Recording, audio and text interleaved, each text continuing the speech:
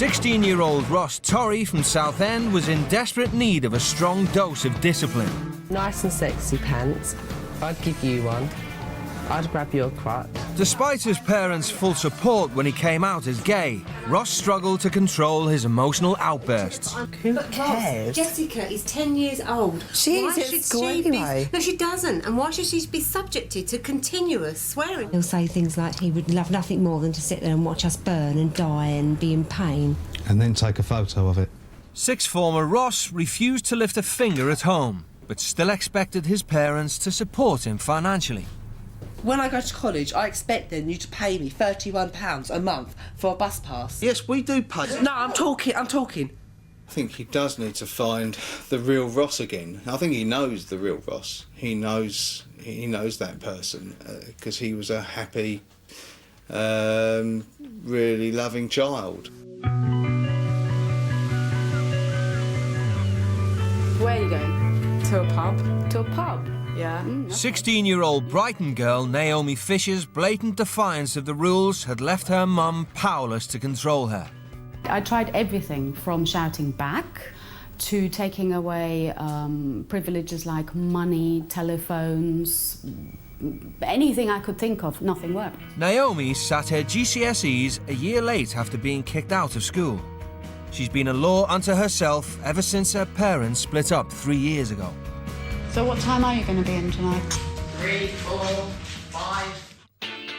Both Ross and Naomi's parents were at their wits' end when they agreed to send their children to America to experience strict parenting firsthand. I didn't know where Alabama was till today. I was like, where is Alabama? No, I didn't know there was such a place called Alabama. Oh no. The teens were sent 4,000 miles away to Alabama to live with the God-fearing Garnetts. Dad Mark and Mum Lynn control every aspect of their children's lives. There are strict house rules and no locks on the doors. This is the driving contract that my dad wrote up for me. It has 15 rules on there, what I should and should not do when I'm driving in the car. Mark and Lynn dictate the music their children listen to. We just kind of go through his songs and see what he's got. And there's sometimes when I say, you know what, I heard a word in that song, buddy. It's off. Let's get it off. They control the TV they watch and know all their internet passwords. Someone's going to raise them. It's either going to be MTV and MySpace or it's going to be Mark and Lynn. And I choose Mark and Lynn. After a 9-hour flight, Ross and Naomi had no idea what they were letting themselves in for. Oh, look at us, like Desperate Housewives. The American dream.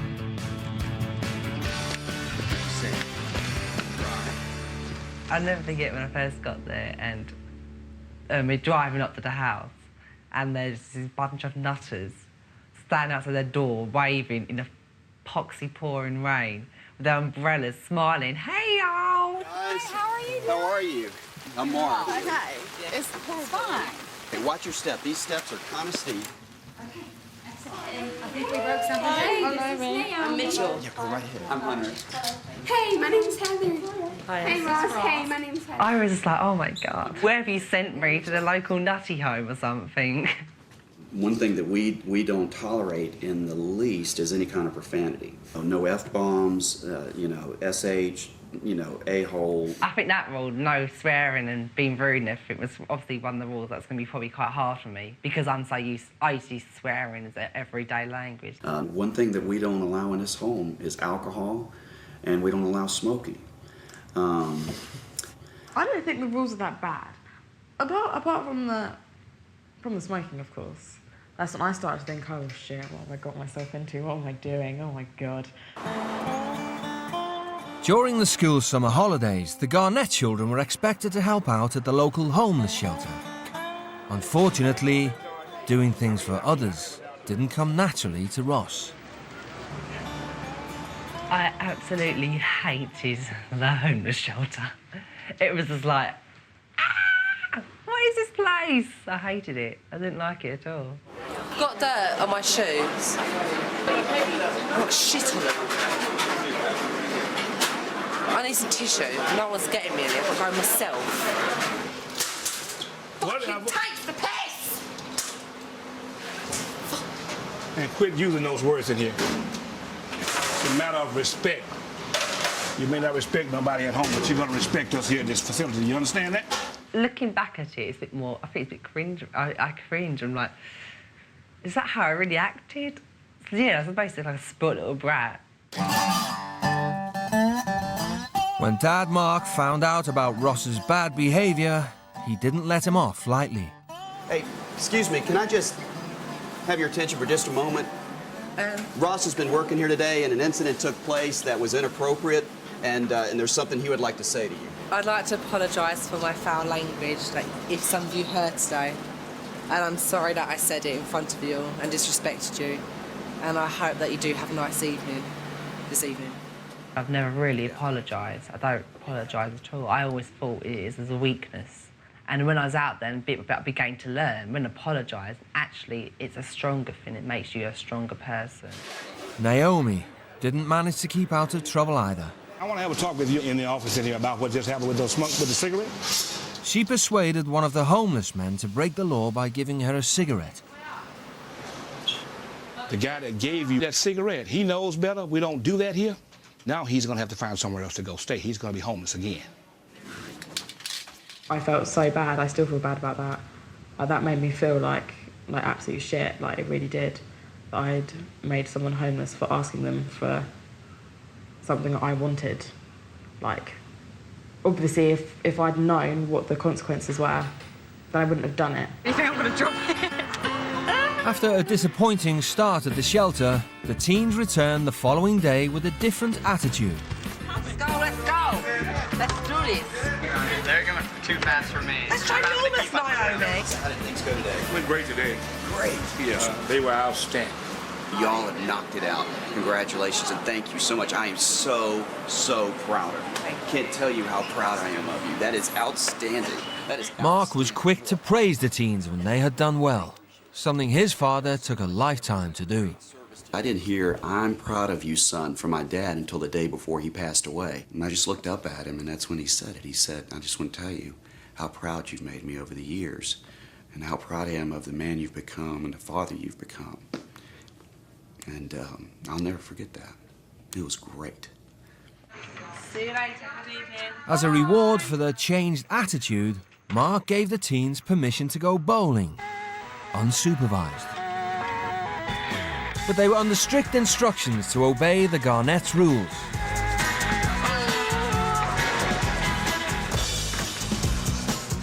They'd only been there half an hour when Ross spotted the bar. Are we down there? They've all got spare seats. Despite the Garnett's strict no-smoking policy, Ross couldn't help himself. He was smoking it in front of me, so obviously I had some of it. But it was so good, that cigarette, my God. You have no idea, you have no idea. But when the teens got home, it was a different story. You guys have lost complete sight of what's important. If we can't trust you, and we can't have any faith in you, there's just nothing here. There's just nothing here. You know what? I'm done here. You guys have a Coke and a smile, a great evening, and I get those plane tickets ready. Up until that point, I hadn't seen him get really angry. When he was shouting, I knew that it was so genuine and that he was showing so much emotion. He was really passionate about what he was saying. It's like he just wanted to shake me, just to be like, get it into your head, you not understand. Get upstairs. Mark. I'm dead serious. Get upstairs. Just go to bed. No, you go to bed. Get upstairs. That's what I'm saying. Get upstairs, Ross. Made me like appreciate him more, that he had actually flipped his top. Like, it really did, and it made me feel like I had, like, that he was actually a human being. To really understand the teens, Mark took time out to bond with each of them. Nice. Hello, Fish. Fish meet Ross. Ross meet Fish. I was a good kid, but I made horrible decisions. You're a good kid. You're just not making great decisions. But just like me, you can make a choice and you can begin to change, and you're doing that this week. It was nice to have obviously a father and son time where you could just talk to each other. And it's something I've never done at home, my dad. Mark's concern was a turning point for the teens and had made Ross realise a few home truths. So full of myself that I've just not cared about anyone else out there, not anyone else's feelings. And like I say, I think everything that was around me is true. And I brag about myself. It's horrible. It makes me feel horrible. After an emotional 8-day journey for Ross and Naomi, both were grateful to the Garnetts. I cried. I think at that moment I was just starting to realise how much I'd learnt from them and to put it into practice when I got back. They taught me how to value my family and respect my family and people around me, which is one of the biggest things I think I needed to learn. Bye.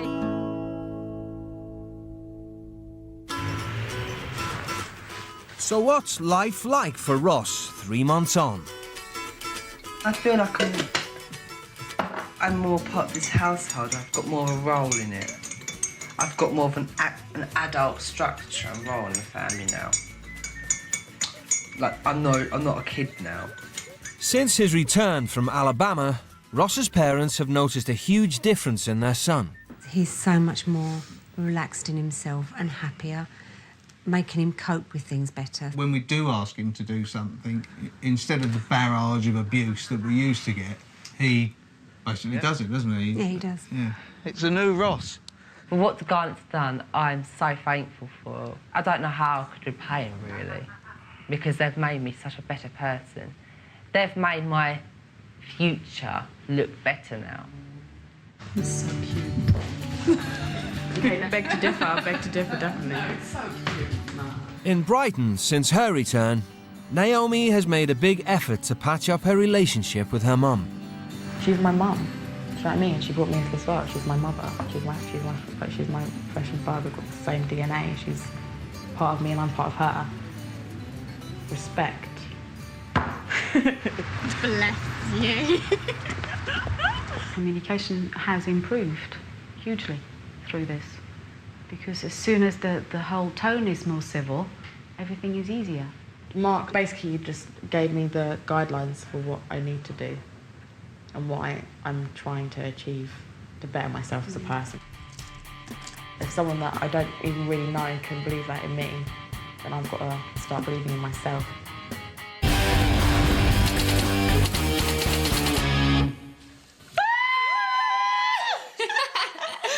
On a night out, peeps. Get up there. 16-year-old Essex girl Charlotte Hart was beyond her parents' control. She just walks all over me, doesn't she? She's got no respect for me, none whatsoever. Charlotte's parents felt powerless to keep her out of trouble at school. I think she goes to school for a joke and a laugh and to intimidate the teachers. It's like the teachers, I hate them, they're like arseholes, they are. They're like moan at you for the most stupidest little things. It's draining. It is, yeah, because you think, goodness, we've brought up this girl and, our daughter. A child is a reflection of the parents, and we ain't like that. You do wonder why they are the way they are, but it's just difficult sometimes. In Brighton, 17-year-old A-level student Sam Northage was an angry young man.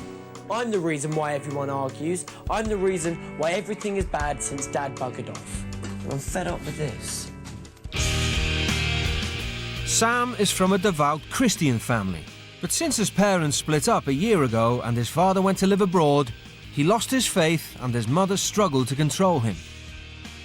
I have been a strict parent, but in the last year since his dad left, he's been pushing the boundaries. I stand up for myself and I don't just bend over and take it whenever someone makes up a rule. I've spoken, that's the end of it. I'm not having it. I don't fucking care. So how would the teens cope with being sent to Jamaica to experience the Rose family's strict regime? Come on, Dad, you're out of bed, out of bed! Their rules were not up for discussion. Come on, Dad, I'm going to the bathroom. Which way are you going? Come this way! There are rules of the house. They have to respect the rules. They have to obey the rules. When they break the rules, there are consequences. Basically, right that's true. That's true. That's true. Yeah. So you didn't clean the shoes last night, David? Mum Sharon and Dad Dave believe a strict household is the only way to bring up a child. I don't even have to flog them because they know the sign. I'll give them the look. One look. One look. Or and if I that have is to enough. say, One look. Davia, she knows that. You're going to brush your teeth in Discipline is a key in everything that you do. Without discipline and the Father above, you will not make it. Because you have to have discipline starting from the home. As soon as the teens touched down in Jamaica, they were in for a culture shock. Check it out. You could see like barbed wire all over all the walls and bullet holes in half the buildings, and it was just like, what have I got myself into here? It was a little bit intimidating. I was scared, really scared. You know, you just sit there and you're like, what am I doing? Like, have I lost the plot or something? Like, why am I here? I could be at home now. Well, well, well. Come on, guys. Come on, guys. We have been waiting. How is everything? Hi, Sam. Hi, Charlotte. Hi, Charlotte. Hello. Okay. Here's your mommy. The teens had only been in the house for 5 minutes when Sam came head-to-head with the rules. I do smoke tobacco, and I have done for quite a few years. I'm completely fine if I can't smoke in here, but if I'm out and about, is that all right if I have a cigarette? No, will not do. Smoking is a no-no. No, we don't smoke.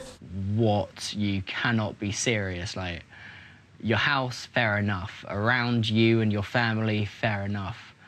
Nowhere in the slightest while I'm over in this country am I allowed to smoke. That is a bit much. Up at the crack of dawn the next morning. Good morning, good morning, good morning. How are you? Good. Good, good, good. And the whole family was expected to attend church. But 24 hours without a cigarette was taking its toll on Sam. I am not going to be staying in your house tonight if I haven't managed to have a fag, and I'm not stepping inside your church, which is apparently already starting. Well, Sam, let me tell you this. Sam, don't walk away from me. Don't walk away from me. Don't do that. That is one disrespect. We don't walk away from people when we talk to people. I did not come out here to visit the world of Sharon Rose. I am not here wanting to just bend over to all of Sharon's rules. Let me tell you something, Sam. Listen, if you continue like this, you'll be in bed for 7 o'clock. Please. You're acting like a toddler. You're Fine then, I'm a toddler. I'm an immature little child who is 17 years old. This behavior will not continue here. Right. So zip it up now, and that's it. That's my final word. This is my final word. I didn't get anywhere with that. It was just so stupid. I must have just looked like a total twat. I was to do exactly what I was told to. There was just no leeway whatsoever. She taught me that there are some fights that no matter what happens, you are not going to win. Charlotte had so far managed to keep a low profile, but she was about to come into her own at school. I hated school. I've always hated school. It looked like a prison. It was like they locked you in there. The uniform was terrible. I looked like an absolute mess in the uniform. Oh my God. I looked like a big beach whale. The teens' first task was to write an essay starting with Jamaica is... But Charlotte had other ideas. I'd only just finished doing my GCSEs and I thought, right, school's done, I'm never going back ever again, end of. So I sat there and fanned myself for a bit with my paper. Come on, you're gonna try. Charlotte. It's not an exam. No, but it is. I'm sitting here in silence for 2 hours. I'm not doing it, end of. Unprecedented. We've never had a child who's so openly defiant. You have to go to the principal's office. Let's go then. Charlotte was to meet her match with Principal Mrs. Wint. Did I hear that you are not writing the exams? Yeah. You don't have a choice. Yeah, but I'm just done It doesn't matter what you like or what you don't like. It's what is required of you. Teachers have spoke to me like that before, but you just be like, oh, whatever. And then eventually they'll be like, OK then, don't do it. You're lost. You're like, all right, sorry. This is ridiculous. It may be ridiculous, but that's required of you. Yeah, but there, she was like, you've got to do it. I was like, oh, shit. sorry, mate. She's going back to the room and she's going to write the exam. But Charlotte's essay was full of swear words, not what the school was expecting. So I started off like, Jamaica is well hot, and then I just got carried away. Started writing, oh, I miss my mum, Sam's pissing me off, blah, blah, blah, blah, blah. The people back home don't take them shit, so I don't see why this children should. Today, Sam looks like a total dick. I can keep that work, frame it if they want. Put it on the wall. Have a seat, Charlotte. People who use inappropriate language, expletives, filthy words, what does that tell about that person? That they're not a very nice person, really. Well, I think I'd be a totally different person if I went to Jamaican school. When you do something wrong, they explain to you what you've actually done wrong. They'll be like, oh, you didn't word this properly or something like that. It's about choosing. You know what's right, you know what's wrong. They, like, make you feel better about yourself by saying you can do it. Don't say you can't, because you can. It's not impossible. But I suppose schools over here, they're just like, you didn't do it right. End of. When Charlotte got home from school, she had something to say to Sharon. I'm sorry about today, Sharon. Are you? Yeah. Are you gonna let me proud tomorrow? Yeah. Proud, proud, proud? Yeah. Your mother proud? Yeah. England proud? Yeah. Yourself? In an effort to get through to Sam, Sharon and Dave took him to meet 19-year-old Malachi Johnson, who lives in the southern hurricane belt. Like Sam, Malachi's father walked out on his family last year. But Malachi accepted his responsibilities and left school to get a job to provide for his 7 siblings. Little sister. Tommy. Say hello. That whole day was just a big slap in the face that I really do think I really did need. It was really, really inspirational just to talk to him. What motivates me the most is my family. That's what motivates me the most to get a job. I'm sure, like, you'd rather live my life than live out here. Sometimes I like wondering to myself, why did I born in this family? But I think that God put me here for a special reason. Malachi made me realise I was just giving up and taking the easy road out. And he was given 1,000 different problems in 1,000 different ways, and yet he wasn't just giving up like I had. He made me just feel so guilty and so embarrassed at the way I had been acting. From that moment and right up to this moment now, if I start acting like a twat, I will just think of Malachi, and it just like, it's an instant kick up the arse. But I will see you around now. Talking to Malachi is what I needed to do to change.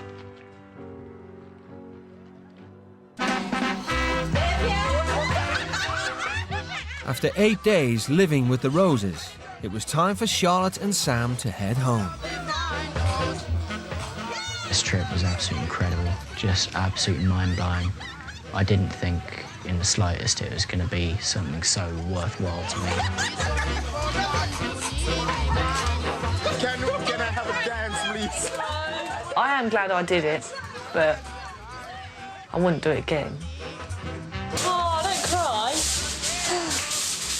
And sometimes I think back and think, what the hell was I doing?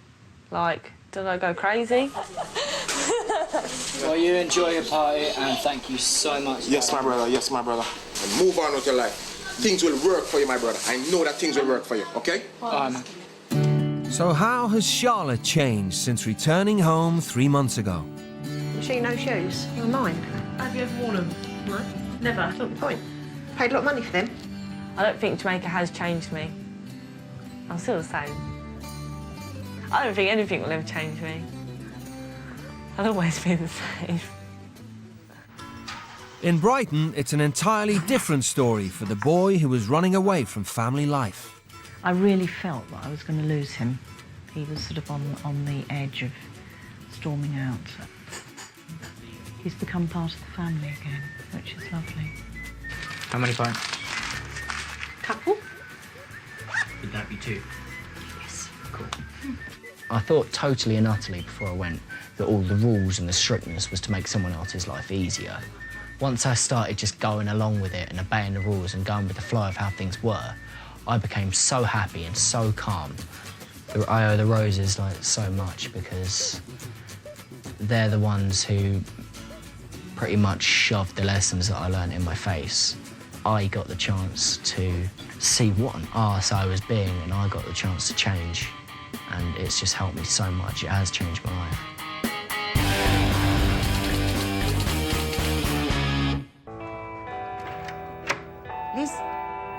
Liz, come on.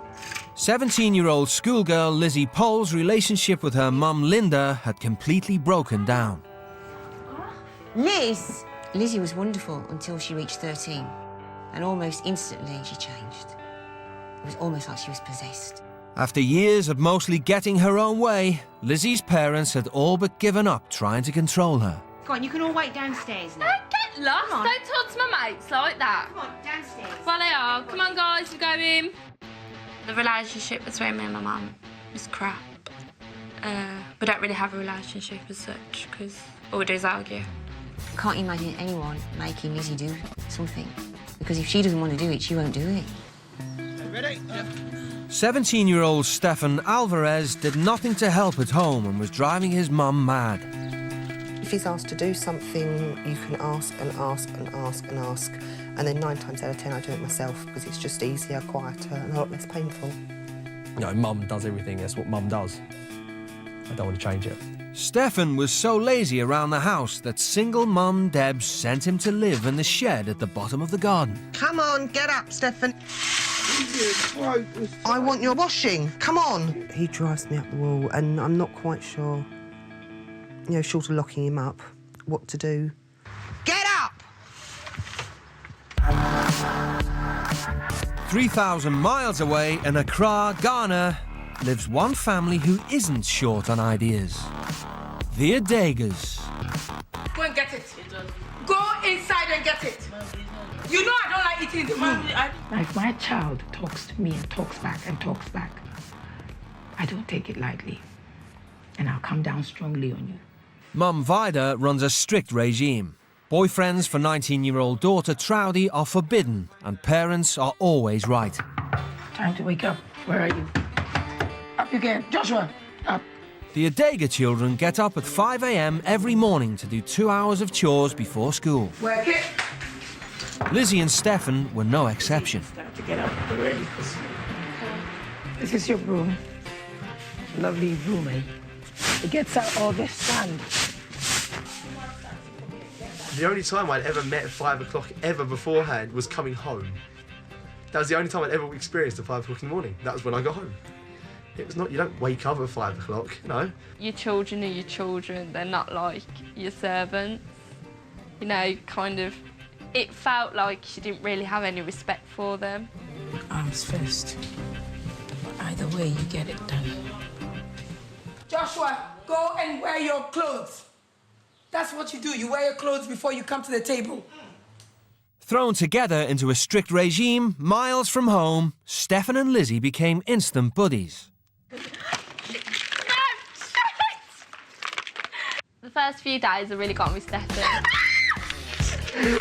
Not in a kind of flow way, in the fact that, like, he was so much like me and a bit mad and bubbly and, like, didn't really care what people thought of him. Made the deal that no matter what happens, we're going to stick with each other through this, no matter what, because we're the two English people, we've got to show them how it's done. If I hadn't have had him there, I don't think I'd been able to cope because he was kind of my cushion.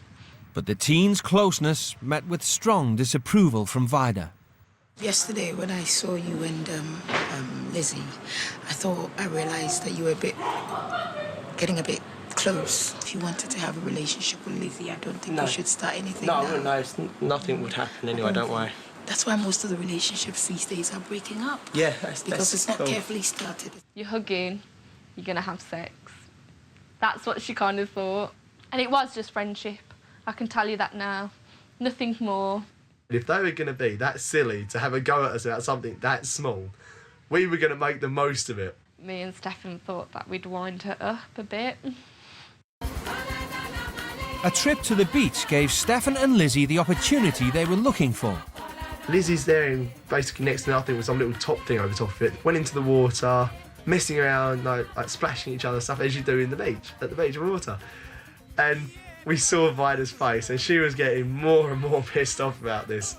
And we started thinking to ourselves, oh, they take this really seriously, don't they?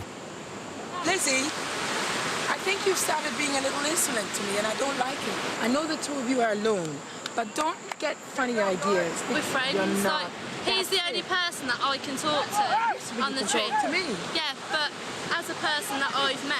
No. Because I've even got a boyfriend at home. Yes, so. but that's you, but I don't like that.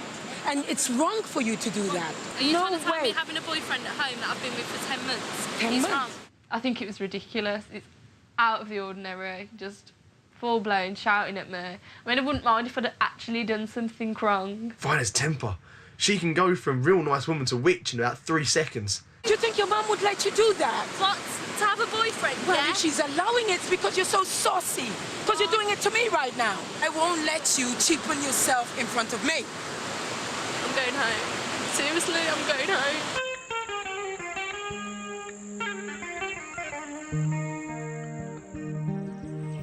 After the row, Lizzie decided to change her attitude. It got more than an argument, it got personal.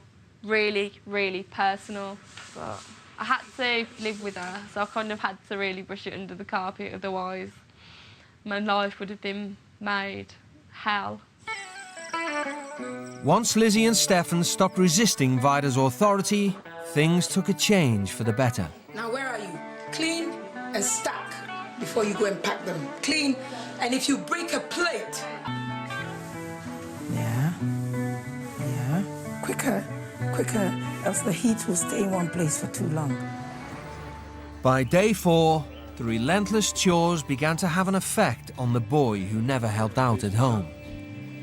They look quite snazzy, don't they? I've done well. It's the real simple things in life. Like, you know, iron your own shirt and you feel smart and more proud of yourself for ironing it and wearing it. And it's a simple, silly, simple lesson of just representing yourself, basically. Squeaky clean. Actually squeaky clean. I didn't think actual squeaky clean existed. With barriers coming down, Vida and Stefan started to bond. That one day just changed it all, really clicked in me and Vida's relationship. And then also clicked into the thought that this is the relationship I can have with a completely random woman that's trying to be my parents. Why can I not put the effort in to be like this at home? Seeing how much the children respect you, it's made me realise that I don't really respect my mum as much as I should be.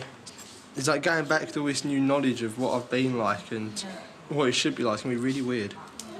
There's something that has really snapped in you, changed, you know. So go and wash your hands. Okay. Great, look how you're running. You're in a hurry. After realising how selfish he'd been, Stefan phoned home. Hello. I'm fine, how are you? Oh, I've never been so happy in my life to hear my mum's voice.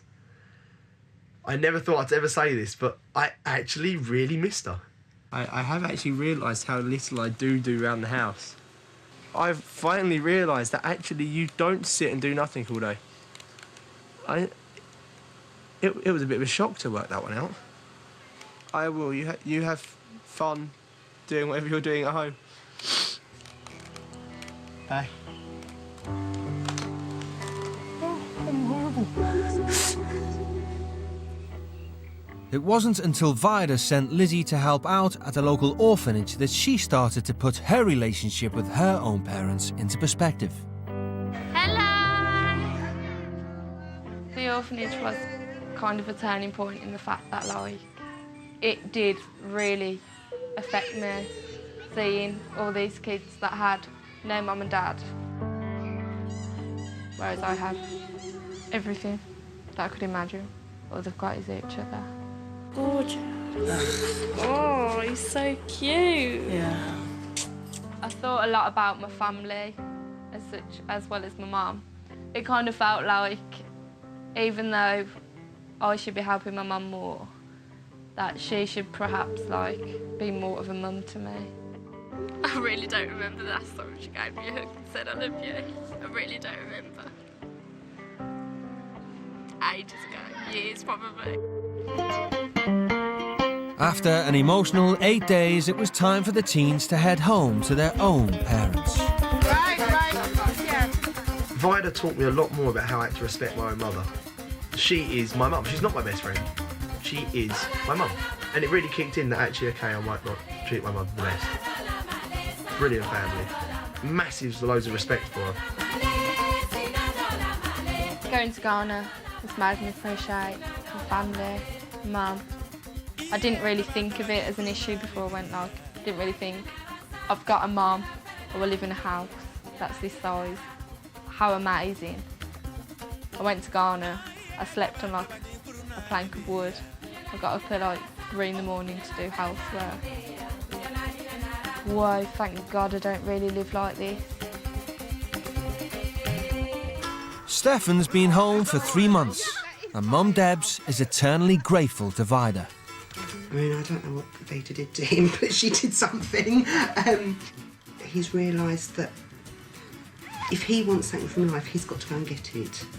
Before I went, I really couldn't give a damn about very much at all. And came back and realised I need to sort everything out properly. It really was life-changing. I want to do things in my life now. Life's life, you've got to get it sorted. And you can't, like I wanted to, you can't just coast through the easy way. I've said to friends, laughing and joking, I waved goodbye to my baby boy at the airport and a man came home. In Birmingham, Lizzie's mum Linda has also noticed a difference in her daughter. I think Lizzie's definitely mellowed since she's come back. We still have our moments where she goes into her teenage strops, but overall, I think the experience of being out there and going through what she went through has opened her eyes, really. I realised that my mum was a human being rather than someone that just talked crap at me all the time. I do have a lot more respect for my mum now, and we do get on. Put your hand down. You've left a massive blob in the middle. Dam's not better than yours. It didn't change my personality. I mean, I'm still bubbly and mad as ever, but I do appreciate my life, my family, a lot more.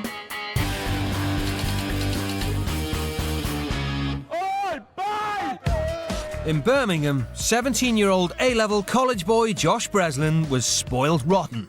I rule the roost in my household. Whatever I say kind of goes. He's obviously made mistakes as he's growing up because he appreciates nothing. Used to always getting his own way, he never helped around the house. They're absolutely sorted, absolutely tied up. Mum just does everything. Fed up with Josh's attitude, Mum Sue and Dad Con were desperate for things to change. He needs to acknowledge what he's got. He needs to understand how lucky he is, what a great life he's got, and it's there for the taking. I don't want to look in here. I don't know why we came here. In Bristol, 16-year-old school dropout Charlotte Abrahams was at loggerheads with Mum Karen. I really don't like spending time with my mum. I really don't. Ow! Don't fucking hit my hand. Like, she's done the basics. She's ticked all the boxes of teach a child right from wrong, feed and water them, blah, blah, blah. But I don't think that I would ever give my mum, full respect. Generally, I'm a psycho bitch. If I'm cross with her about something, the reason is because I'm just a psycho bitch. I wear smart trousers and a top or whatever, I don't care, but I'm not wearing a fucking dress, so... I didn't ask you to wear Well, you obviously are, because we're all in the bloody dress shop. When Charlotte and Josh touched down in Jaipur, India, the culture shock was immediate.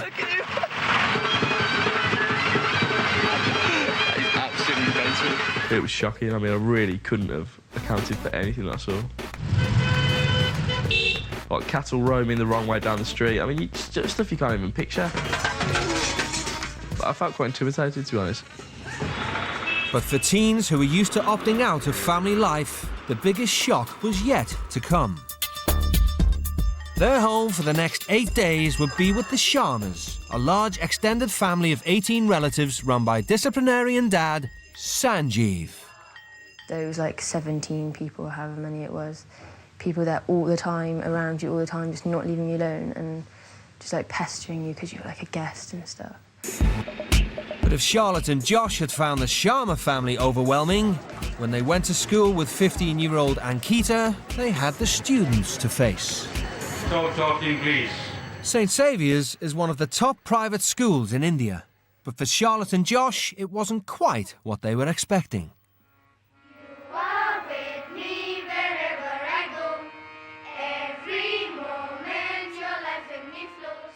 I felt like it was very kind of regimented and almost communist in the fact that they were, you know, kind of brainwashed into thinking India is the greatest country. The kids there are so intelligent. Westernization and urbanization have led to the degradation and erosion of... They're a year and a half behind us, and me and Josh were just sat there like, we have no idea. Like, they were doing it all in English, and I didn't understand half the words that they were writing up on the board.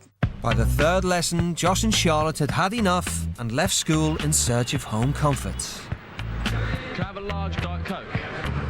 As a punishment, the teens were given a grey card. 3 grey cards, and the student is expelled. Sorry for the inconvenience that it caused to you and your staff. I appreciate that. Charlotte and Josh were once again the centre of attention. No one had ever been given a grey card. Ankita explained to me that all the school kids felt that me and Charlotte thought we were better than them by being white. Obviously, that's a social perception of theirs, which we weren't aware of. And by getting in trouble, we actually were kind of accepted by them. The grey card proved good for you. Yeah, well, kind of. We've yet to speak to your dad. Yeah. But, all the best for that. The teens had to face Sanjeev when they arrived home. This is a very big embarrassment to me, to the principal, whom I had taken a special permission. For your information, before you had come down here, I spent the entire day talking out that, yes, allow these 2 kids to stay with you in the school. Well, I did feel bad because Sanjeev had told us that he'd had to like work to get us into the school and stuff. But I didn't really like feel bad in any other way, just because I felt that I'd let Sanjeev down. Good morning. What happened? Not well? Huh? Halfway through the teen's stay in India, Charlotte had had enough of school and was refusing to get out of bed. It's really, really coincidental that I have to go to college on my own, and it's the one day that you kind of talked about not going in. I'm not prepared to just sit in that fucking classroom again. That left Josh to face school alone. Okay, all the best. Thank you. Stay put. Without his partner in crime, Josh finally started to throw himself into school life. Today, we'll be having a debate. So, would you like to be the leader of one group? That day was quite pivotal. It's like a circle. The more you feel comfortable, the more you put in, and then that kind of builds on itself. If the Indian population felt so strongly against the West, they would have discarded American schools because they would not want to be part of the West. Thank you very much. I was ready to become part of their society, and they were ready to let me in.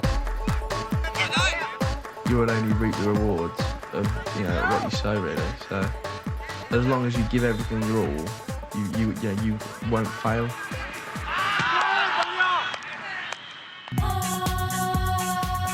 On the day of the teens' departure, the Sharmas threw a farewell party. Despite Charlotte's last-minute efforts to enjoy herself, her overall impression of her stay in India is not a positive one. I didn't enjoy school. I didn't enjoy being ill. I didn't enjoy missing people. I didn't enjoy the meals at all. I didn't really enjoy it. It was a very, very good experience. I'm so glad I did it, but I didn't enjoy their way of life. I couldn't live it. Cheers. Cheers. Best of luck. But for Josh, it's a different story. Staying with Sanjeev and his family has left a big impression on him. Yeah, I'm really glad I did it. It was, I think it was a fantastic opportunity in life.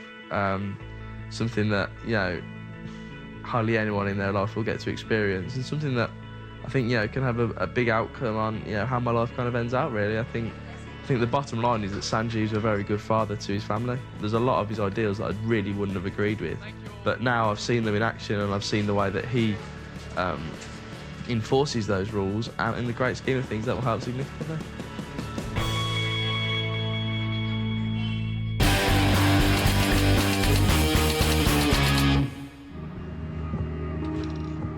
Come on, love.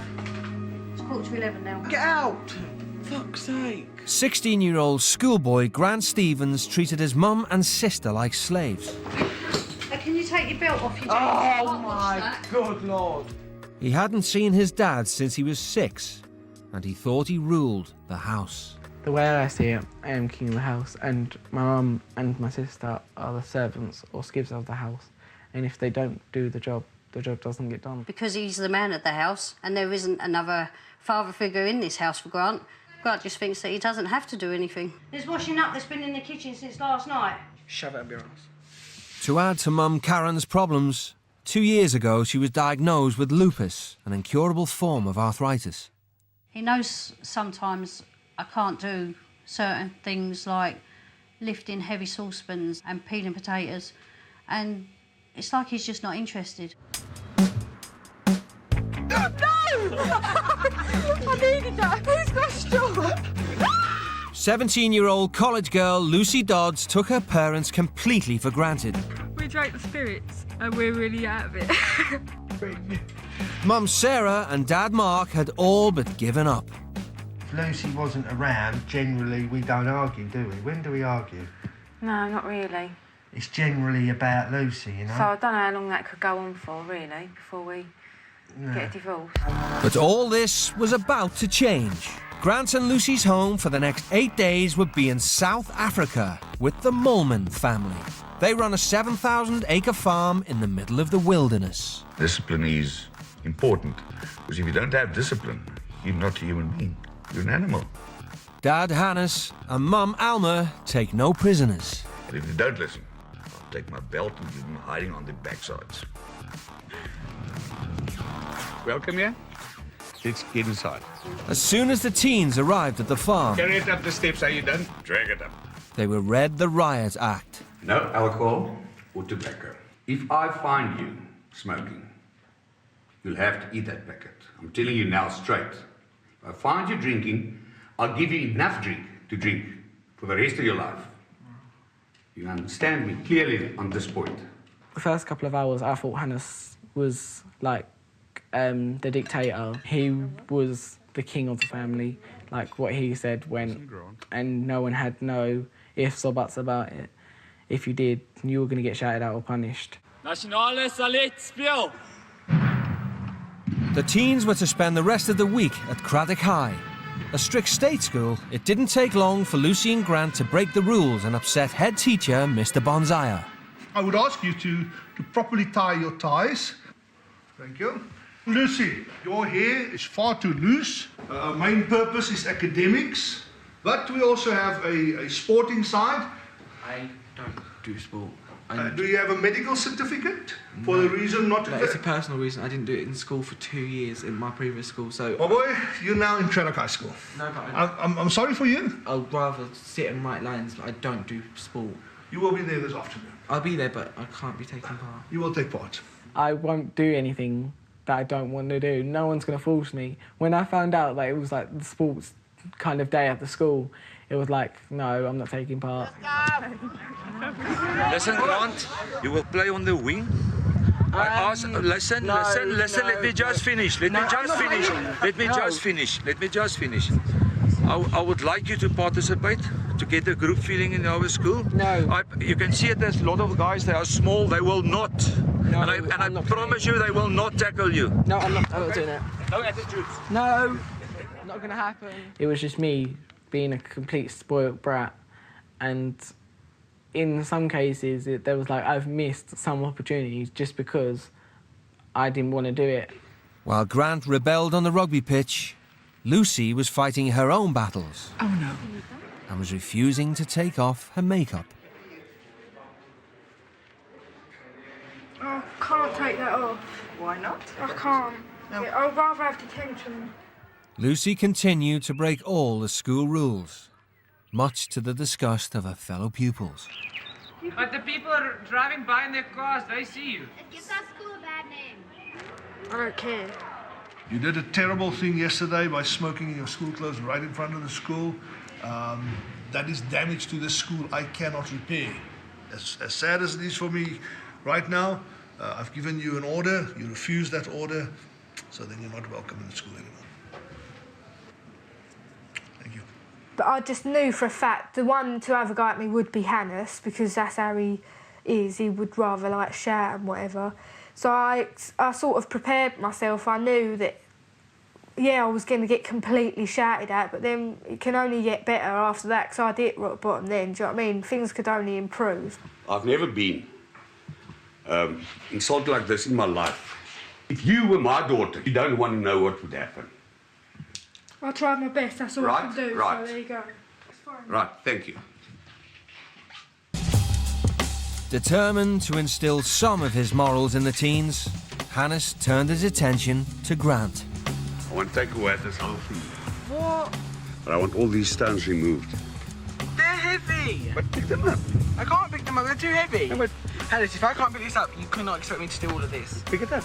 You can put it in. Taking it upon himself to make Grant a real man, Hannes set him endless chores. Grant, off you go. This is like slave work.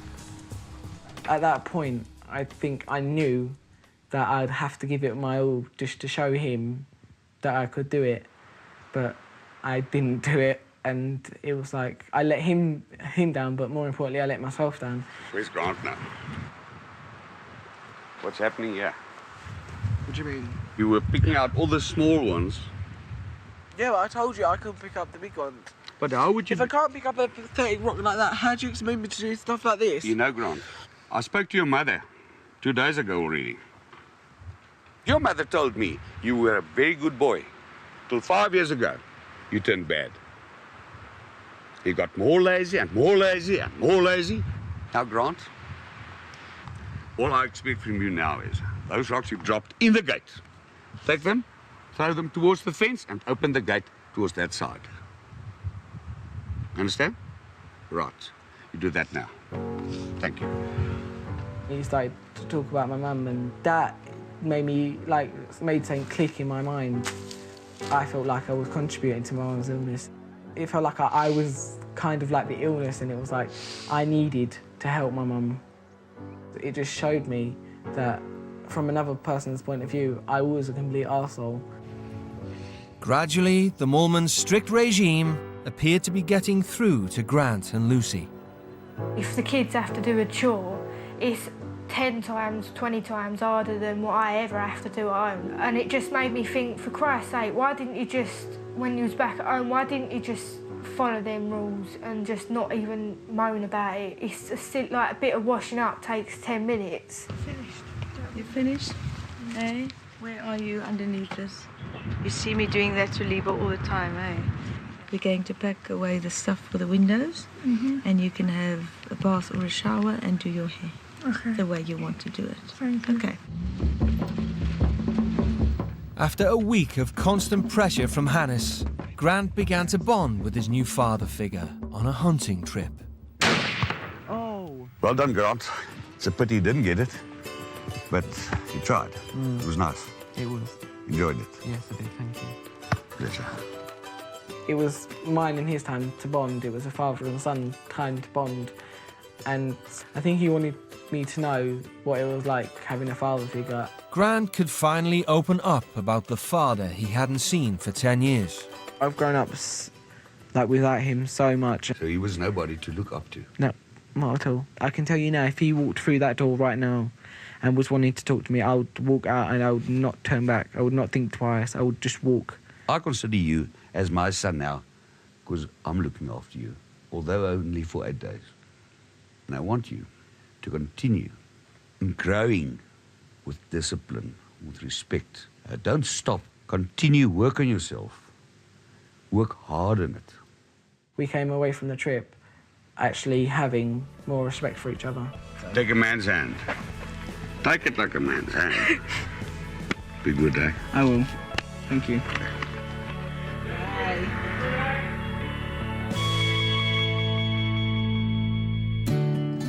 Since returning home 3 months ago, Grant is now a changed man. No longer at war with Mum Karen, he's eager to help around the house. It has really changed a lot. And he's starting to be really good again. And I can see the Grant when he was about 11. I'm getting the old Grant back. And he does make us giggle and make us laugh. Are you embarrassed? If I was able to talk to the Mormon family now, I would say a definite thank you to all of them. Here you go.